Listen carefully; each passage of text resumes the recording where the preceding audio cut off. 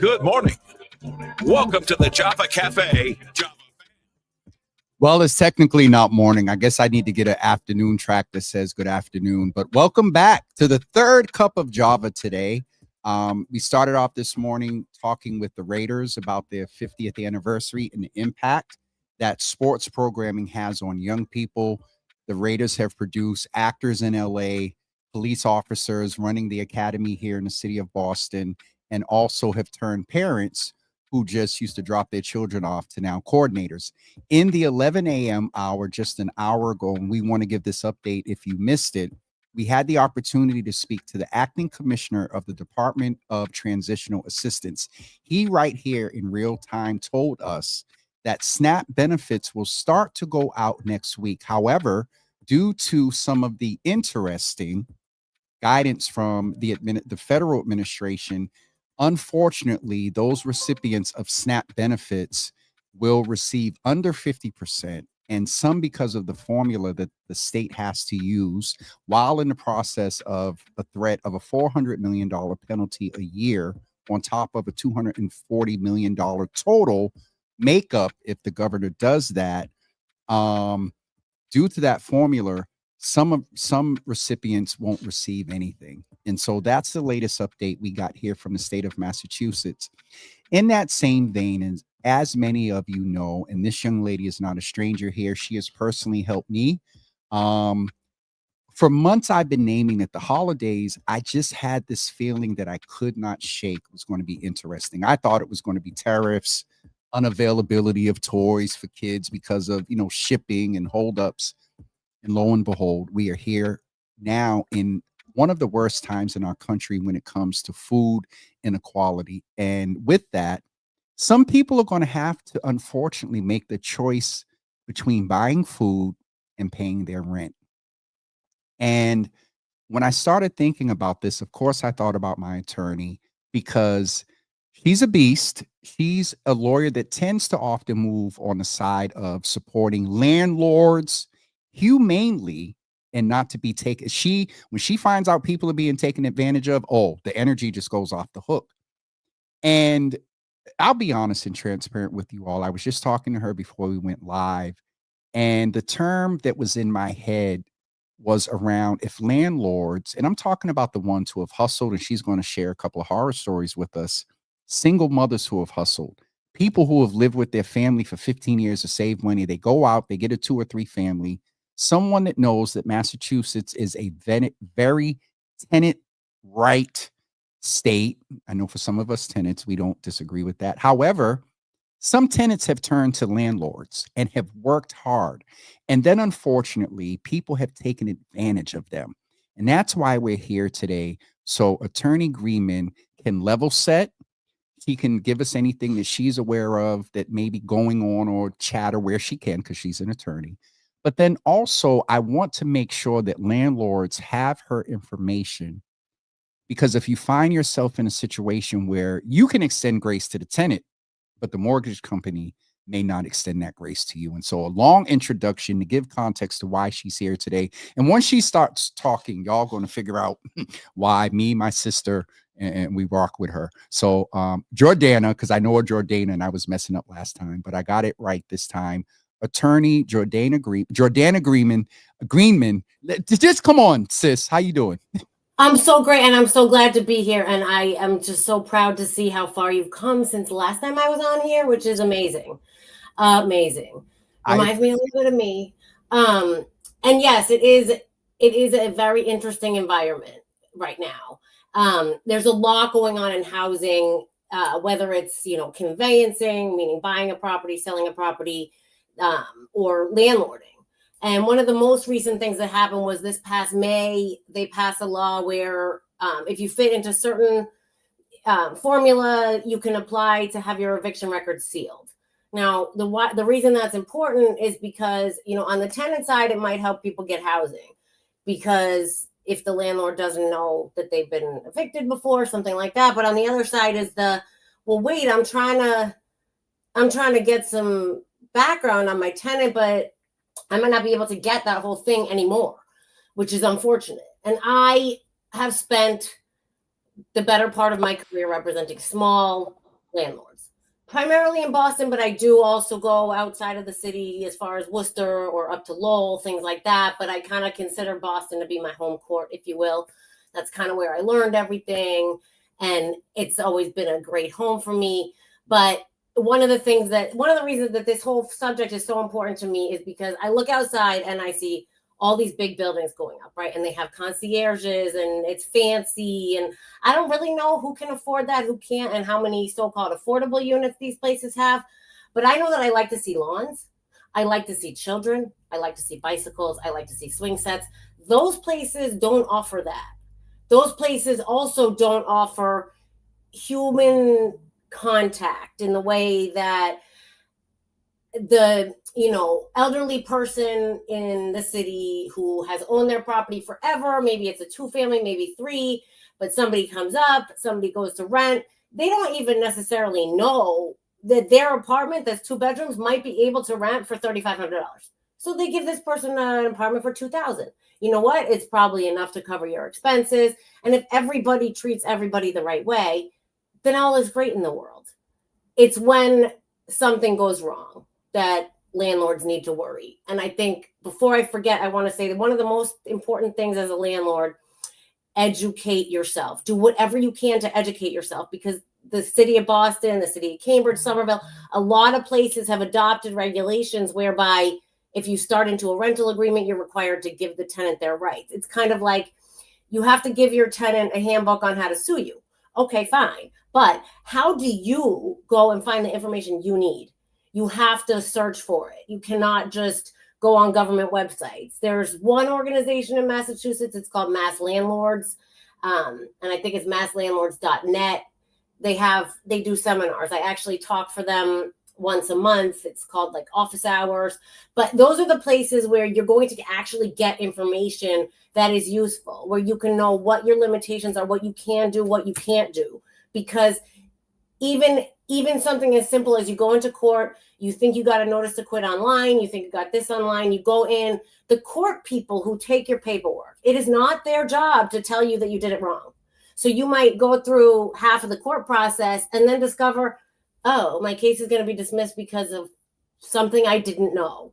So those types of attorney agreement. Let me back up a little bit, because one of the reasons I'm backing up is so people can get a little chance to know you. But if you all were watching her, as soon as she came on screen, bang, bang, bang, bang, bang, bang, and went right into the work. But the passion of why you move the way you move definitely exuded out of you. But I want to at least say good morning to the folks, and then again continue to level set, because this is that we are both, you got your Java. We are both concerned about, those landlords that have been, and you can, share where you're comfortable, that have been taken advantage of. And and you brought out the point that, the big buildings and some of the commercial developers, which we have to say are humans, are individuals too, may be increasing their wealth in the best case scenario. And so and that folks in the comments here are really getting engaged. But say good morning, and then tell us a little bit, just a teeny bit about I know a little bit. Tell us a little bit about your dad, and because for people that didn't see you before, I want them to be able, yes, your stuff, but to trust you, because I'm sure there's going to be some folks that inbox me and say, hey, can I get her information? Because my tenant is, so go ahead. So, hello. It is nice to be here. I am Jordana. I did grow up in Massachusetts, and then I went to college in DC at American University. I come from what you would describe as radical parents. My father, after law school, he went and he did pro bono work for the Black Panther Party. So I grew up in a different kind of way than a lot of people did. Learning about the civil rights movement, learning about how Jewish culture intersects with African-American culture, etc. But my parents were always very radical. I don't know if liberal and radical are really the same thing, but they were radicals. They were out there doing things. My mom, I think, went to Cuba for a while and was teaching English. She still teaches Chinese families and Russian families English. And they always instilled these kind of like, you need to help people where they need help values. So fast forward to after law school, I start representing landlords. And of course, there's this feeling evil landlords and people are taking advantage of other people and this and that. But that's why I kind of more focus on the smaller people, because as Jimmy introduced at the beginning, if you can't pay your mortgage, you lose your house.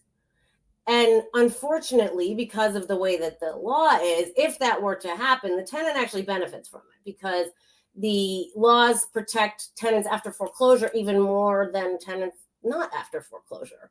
So it's a hard thing to level. Like, you can't, as a landlord, collect a late fee until it's been over 30 days, but your bank can charge you one on day 15. Oh, and they will. And they won't care what the reason is that you didn't pay. You have to pay your mortgage no matter what. And you have to pay your water bill, and you have to pay the taxes and the insurance and whatnot. So it's one of those things. It's but I have come to very much accept, and my parents have become proud of me for what I do and, building what I've built. But it is also just so, from the bottom of my heart, so important to me that there are going to be people that don't own homes that can live in houses and not live in buildings and raise their children in an environment that's, where there's kids driving around on the street on bicycles and playing catch in the street. Because, if you live in one of those buildings, I think more they have pools or they have rec rooms and whatnot. It's great. It's very cushy living if you can do it. But making sure that we still keep what we already have and being able to move or exist, if you will, in what we have. And it's a hard thing, because I do often end up being called on as more of a therapist than anything, which is a hard thing because it gets very emotional, right? You worked your whole entire life. And that is, yep. And then you start losing it.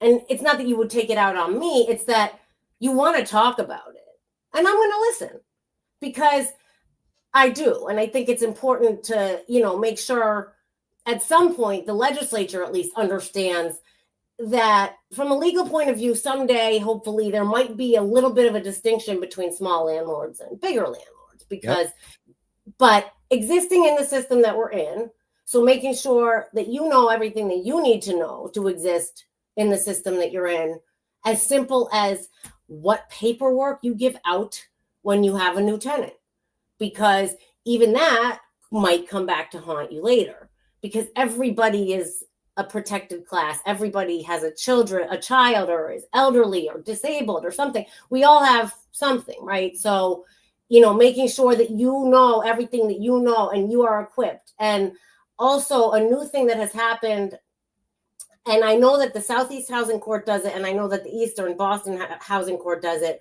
They've gotten a bunch of us to volunteer now for the landlord attorney for the day. Sometimes it's on Zoom, sometimes it's in person. And the court has a QR code. If you go to the Eastern Housing Court website or the Southeast Housing Court website, you can find information about that.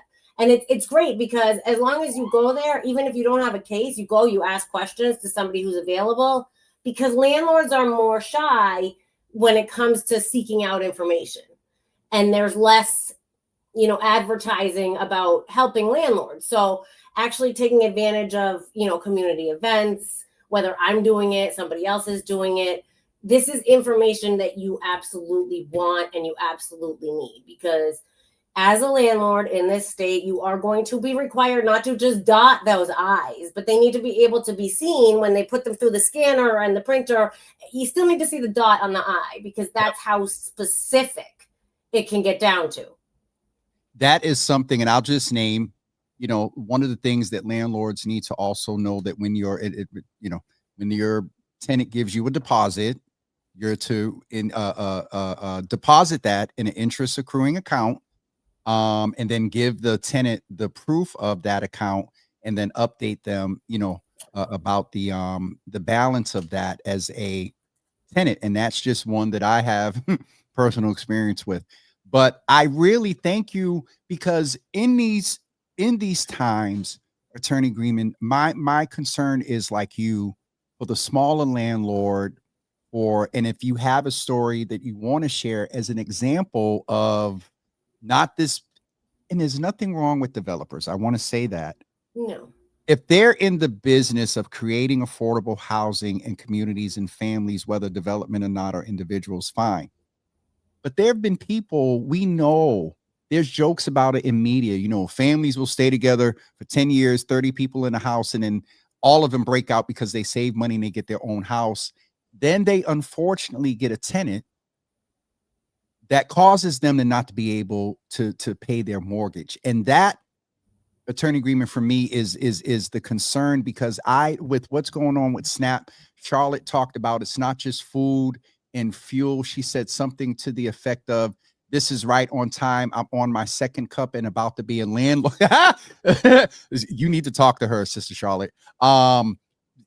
We need this. We need this info. You said to me, Jimmy, if you get a house, you better not do nothing before you talk to me. The education is key. So that's why we're here today. And so if I could back up a little bit and ask, you know, during COVID, there was a moratorium on evictions. I'm just curious that if there's any chatter wherewith you feel comfortable sharing, that with what's going on with SNAP, the current status of things with the economy, are you hearing anything about that? Is there any change within housing court that you see as being impacted by what's going on nationally? I mean, everybody's talking about it. It's frightening, especially those who accept Section 8, whether it's a mobile voucher or not, because most of the mobile vouchers are funded somewhat by the state, but they somehow have something to do with HUD as well. So if the government funding shuts down, I mean, on the one hand, it's illegal to not rent to a Section 8 tenant because of having Section 8. On the other hand, it's become a much bigger risk than it was before any shutdown, before any government funding gets cut off, because you could have the best of intentions, but if on month 3 of your tenancy, you will not be paid by the government any longer, and you already knew the tenant wasn't going to pay the whole rent, you agreed to this situation, but they're in charge. The government, they are in charge. They get to breach their own contracts in this type of situation, unfortunately. And it's just, it has such a domino effect, because you think of it from a human point of view. You're a tenant. You didn't shut the government down. You have a Section 8 voucher. You work, you do your best, you pay your portion, you're clean, you're a nice person. And you say to yourself, like, oh, okay, I need to feed my kids. I need a roof over my head, but it seems like food might be more important right this second, because, and it's understandable. It's hard. It's an impossible situation to be in for any family, whether it's a single mother, a single father, or a family with 2 parents. It's, what are you supposed to do when this system that, even if you just, you know, you lost your job a couple of years ago, you got a temporary voucher, you know, you relied on this, and people really do rely on these things. Having there be people who exploit the system and abuse the system, that's a whole other conversation for a different day, because there are also all these people out there that don't, and all these people that really are deserving of what they get and what they actually need. Yep. So it's really a difficult thing. And that brings me to, I did get her permission this morning, a lovely woman named Wildia, who we actually went on Channel 5, I think it was a couple of years ago. She is a Haitian immigrant, but she was like first generation. She has 9 siblings, I think, and she spent her whole life saving money. She has 1 child. She's a single mother, and she finally had gotten enough money to start talking to loan officers and buy a house, but she couldn't necessarily afford a single family. So she bought a 2-family in Dorchester. Then almost immediately, through some real estate agent, I don't remember what the situation was, who brought to her this woman and said, this woman is a great person. And she met the woman, who happened to have a mobile voucher. And she met the woman, and the woman, you know, swore up and down she was a great person, a churchgoer, this and that. Immediately upon moving in, starts having problems, starts messing with the house, isn't paying her portion. She can tell there's abuse. And it really is starting to feel to Wildia that, you know, this woman has some type of feeling toward her, because she's, you know, she's not originally from this country. She gained this wealth. She has this house. Meanwhile, the tenant's sitting there. She's on Section 8. Whatever it was, that was the feeling. I don't know if that was really what was behind it or not. But at some point, she's home with her daughter by herself and starts hearing screaming. Now, the screaming is the tenant screaming at her through the floor. So she tapes it. Horrifying. Absolutely horrifying. We typed out the whole dialogue. We submitted it to the court. And it was just so horrible, like, go back to Haiti, blah, blah, blah, really nasty, nasty stuff.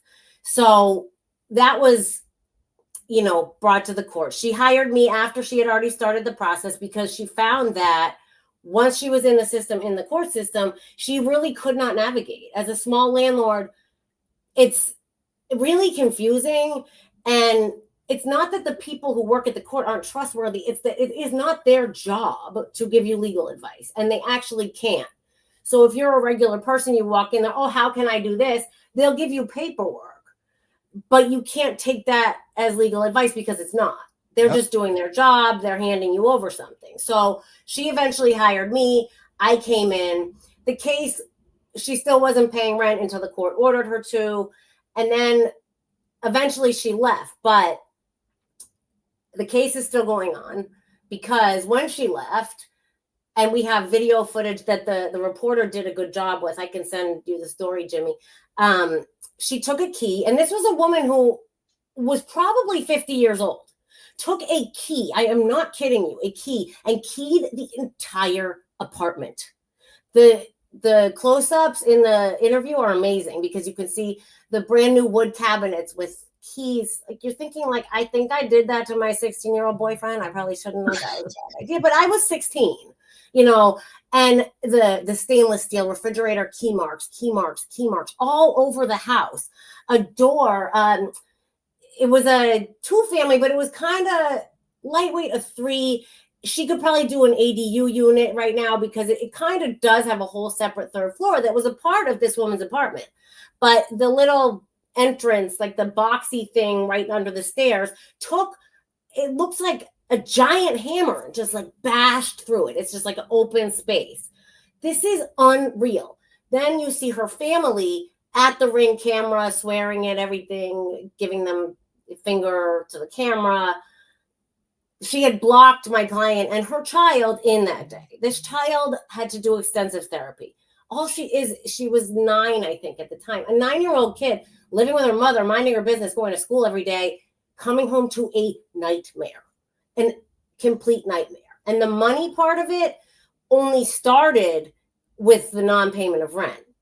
Where it really got ugly was I think she had to spend something like $30,000 to put that apartment back together after she left. Scarred for life.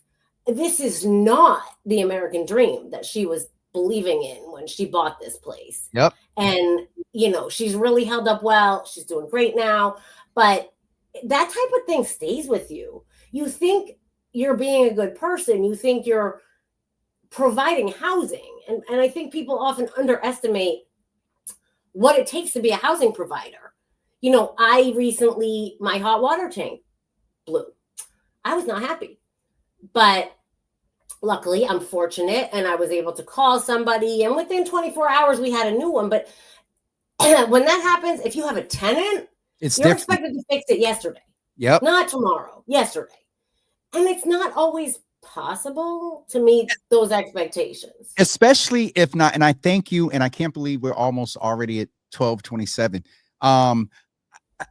That example is one, and you talk about the Section 8, and while I have this feeling, it didn't dawn on me that a lot of our population does have Section 8 and mobile vouchers. Our seniors have subsidies, and those are the situations that we're talking about, that it's not the fault of the tenant, right? But at the same time, the non-fault of the tenant, the results of is the non-fault of the landlord, but the bank doesn't want to hear that. Your example of the landlord can't charge a late fee for 30 days, but then the bank charged the landlord a late fee after 15 days. And so that's why we're here, Attorney Greenman. And maybe we need to have you come back. And also I want to let folks know that I put her website, Charlotte, I put her website in the comments, so you can go and make sure you have that information to reach out to her. But this is why I wanted you, and maybe today is show one. This I'm is down. that example of what you talked about.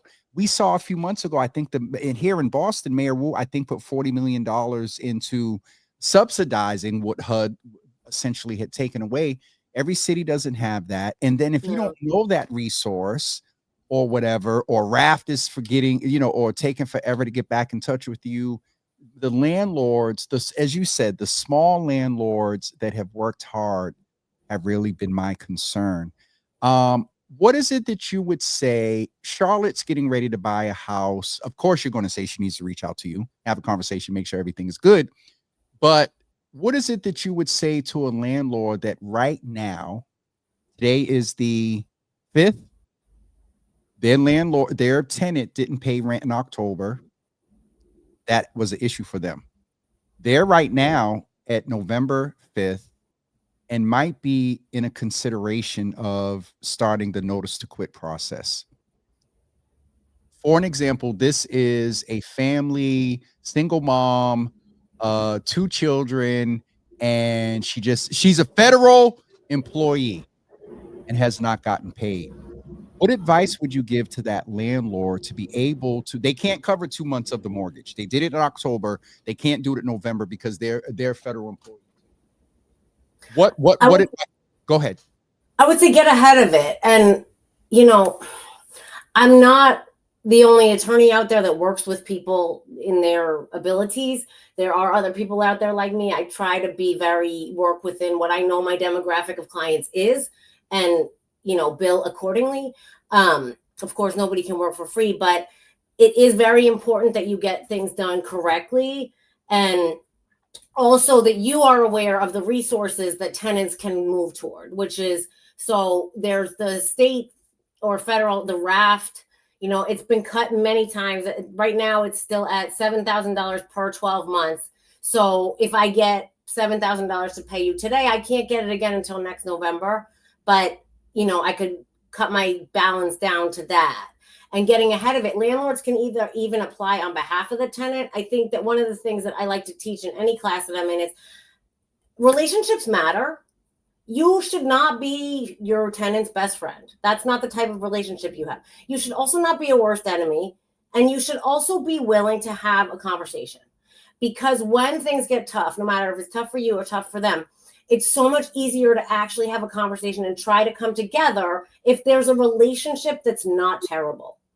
Because then you can talk, then you feel free, you feel like you can say, oh, hey, I know you can't pay rent. I know you lost your job, but I can't pay the mortgage. How can we work together? Let's apply for this program. I'll give you this notice to quit. This notice to quit itself is not a public record. And then after that, I think you can also, there is also sometimes the availability to get $5,000 from the city stabilization programs, but that money comes and goes. So, these funds are not endless, but everybody trying to work together to make sure that everybody is protected, both the landlord and the tenant. That's very important. And that all starts with relationships. It all starts with relationships. Thank you. Because I have these notions and feelings and I know I have to do something. And then the expert comes on and articulates what it is that I'm feeling. Attorney agreement, we are at 12:32 and I got a 12:30 that I just moved back a little bit. But I'll come back. Definitely, please, because I unfortunately, everybody that I talked to, I was in a political space last night, and everybody that I talked to, we have the same kind of belief that it's going to get a little bit worse before it gets better in these next, few months in a year. But Charlotte, I really want to, and this is one I know y'all going to need to talk. What she says is, we rebuilt my husband's family's house from a fire. We're looking for tenants and working with the management company. And we're concerned because it seems that everything is in favor of the management company. And not the landlord. And that, I think, sometimes too is a whole separate subject, but landlords may also entrust the management, the property upkeep and whatnot into a management company. And maybe all these management companies aren't doing well toward the Right. land. Anything you would like to say there? And Charlotte, go to the website and make sure you hit Attorney Greenman up and tell her you heard about her on Java with Jimmy. But a response there before we Yeah, go. some things are unfortunately not delegable. So you said the security deposit. I'm going to send you my bullet points and you can share it with your audience. But things like that are not delegable. So even if you hire a management company, don't forget at the end of the day, you're on the line. So she's right. Yes, it's not whether it's in favor of somebody or not. Just never forget, no matter who you hire, you're the owner. You're the person that's going to be responsible if somebody falls out the window or whatever, that's drastic, but something like that. Or if the management company messes up the security deposit, it's still going to come back to you. So, be careful who you trust. It's not bad to have a management company, but, work within your means and work within people who are familiar with what you do. So if you're a small landlord, you don't want to hire a management company that manages buildings with 100 units, because then that's not the same as what you're doing. It's really not. So I want to make sure that Charlotte, to connect with Attorney Greenman, and get that information. So on the back end, and it may be and as you said, nobody can work for free. Everybody is due their value, but making that investment with her early can eliminate another $30,000 post move out investment, some months later. And so, Attorney Greenman, I got to get on this 12:30. That's now 12:35. That so beautiful to see you. Produce some resources, but I want to personally thank you for your help with me a couple of years ago. Mentioned a little thing to you, and you're like, what? And I was avoiding. We'll talk later. Thank you for that. And thank you for the spirit in which you move around. And maybe we find another term, but balance. Energy. What did you say?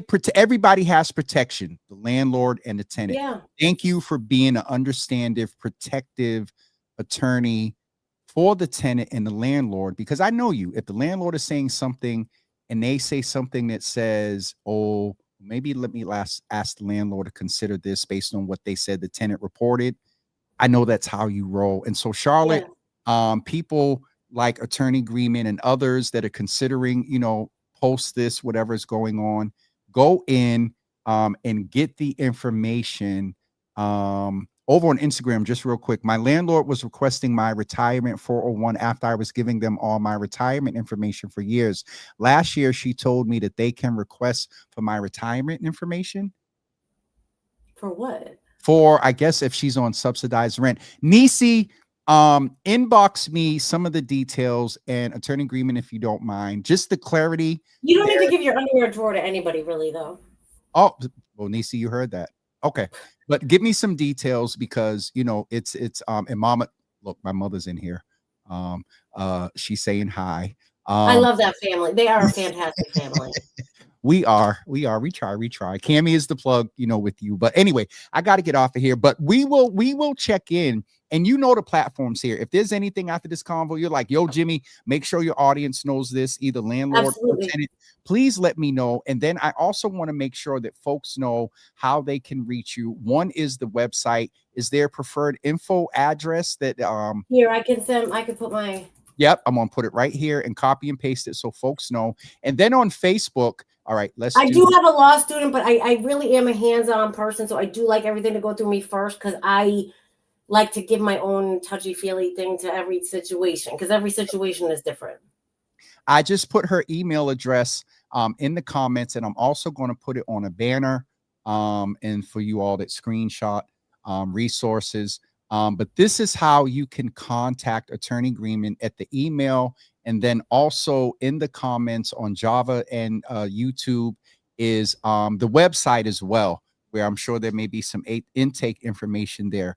But let her know that you heard, about her from here, and then also share this information, everyone, with with prospective landlords, people that are talking to you about their situation. And the best thing to do is to be informed and to be humane. And that's one thing that Attorney Greenman does in working with the landlord, but also understanding the tenant situation. So thank you. Thank you. Thank you so much. Have a great day, everybody. It's good to see you, and I'll follow up. And thank you. All right, hun.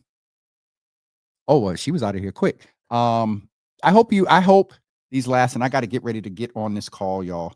I hope these last couple of minutes, last couple of episodes, our small cup of Java with the Raiders this morning, our medium cup of Java with DTA, and our large cup of Java with Attorney Greenman just now, doing what we do, share information and resources with the community. So thank you all. Queen Lovely, who is in the room, her email address is right here. If you are a landlord, Belinda, I see your comment. She's more on the landlord side.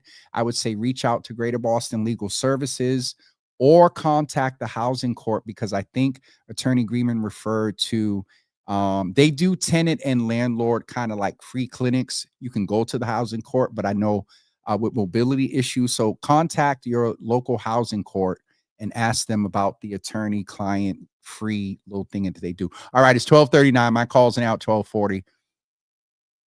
We'll see you tomorrow at 12:30. GBH Amplifies, James Jimmy Hills, host of Java with Jimmy, at 12:30 live from the GBH studios.